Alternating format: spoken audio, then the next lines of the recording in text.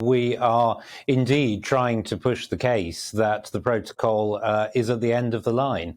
The best way forward would have been to renegotiate it, as we suggested last year, but we keep hearing from the EU, the government keeps hearing that they're not interested in doing that. They're only interested in talking on their terms. And I think we've reached the end of the road. At least that's what I would tell the government, and they now need to act to protect the integrity of the country and the UK's own internal market rather than the EU's.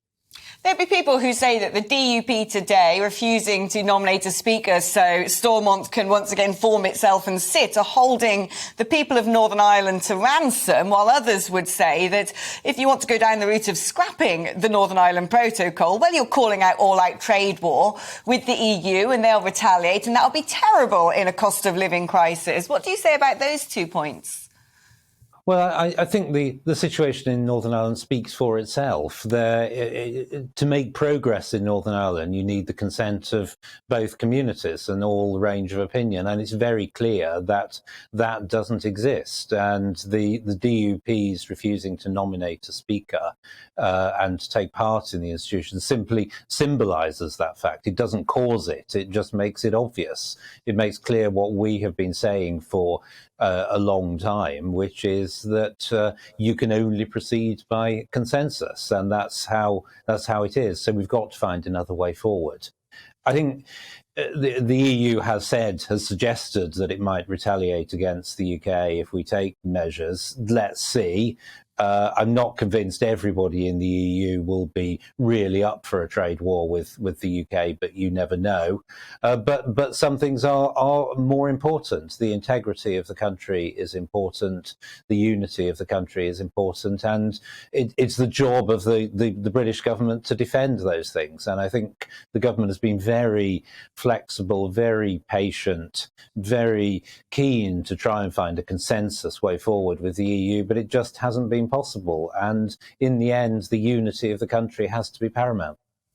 Now, the fact that the government has talked up repeatedly scrapping the Northern Ireland Protocol and actually hasn't, is this delay, do you think, about trying to win moral high ground when it comes to the eyes of the world? And how is that sort of PR battle going?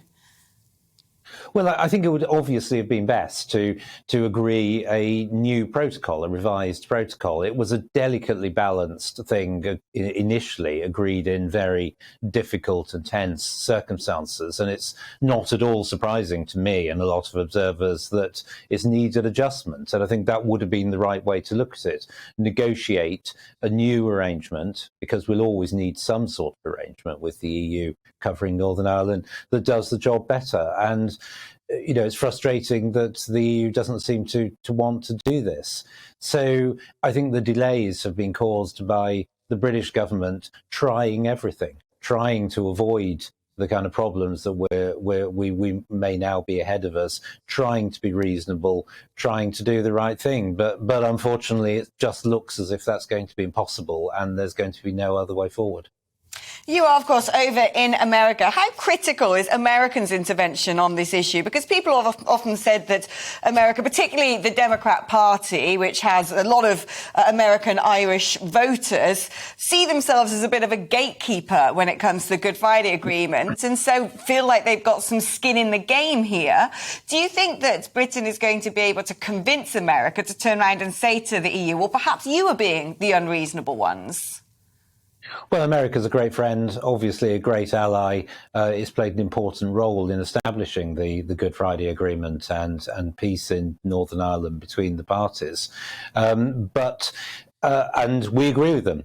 Protecting the Belfast Good Friday Agreement is extremely important. It's paramount. The problem is that the protocol is undermining it and causing significant problems to the Good Friday Agreement. And I think it's that point that isn't necessarily well understood in this administration, perhaps. I'm not sure that they have followed all the details of everything that's happening in Northern Ireland, the disruption that's being caused, the social disruption, the political difficulties. So I think it's good that if a team is coming across here to the UK to see what is happening, then they will see very quickly the problems. So I do think the administration should be careful in intervening on a question that involves the unity of a country of a very close ally and friend, and I would hope that they would be.